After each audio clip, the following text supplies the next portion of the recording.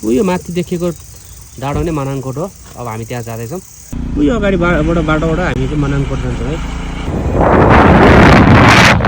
यहाँबाट मनाङकोट चाहिँ 2 किलोमिटर टाढा रहेछ। अहिले हामी आएको चाहिँ ठ्याक्कै यो बाटो भएर है। अनि मलाई थाहा छैन है, अब साथीहरू आफै हेर। मनाङकोट यो चाहिँ यतापट्टि साइड देखियो, अर्को साइडको भिडियो पनि फेरि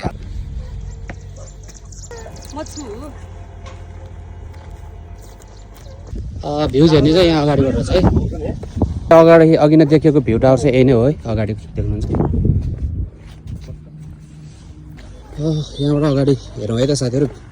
को समय चाहिँ यो ठ्याक्कै आउने समय चाहिँ होइन हो यो हाम्रो होइन। राम्रो छ जस्तो लाग्यो मलाई। तपाईँले यहाँबाट देखाउनु कस्तो भिजाउँछ। डिस्ट्रिक्ट टिम अफ तनहुँ मलाई उतल देखेको चाहिँ यो चाहिँ हाइवे है। यहाँबाट हेर्नु त दमौली बजार पुरा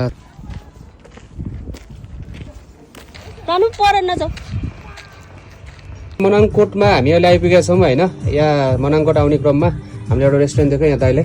र दाइले मनाङकोटको बारेमा हामीलाई के जानकारी गरिदिनुहुन्छ कि दाइ?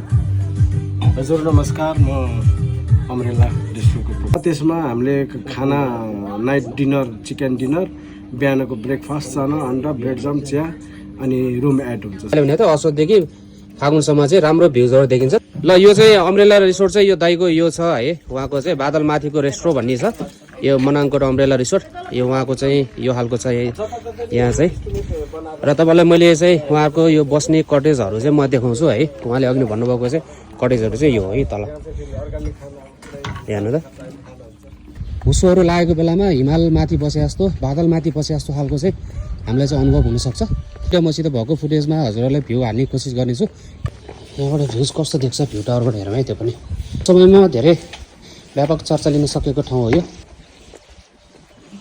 बब्बाल यहाँ पनि भ्यू पोइन्ट छ एउटा।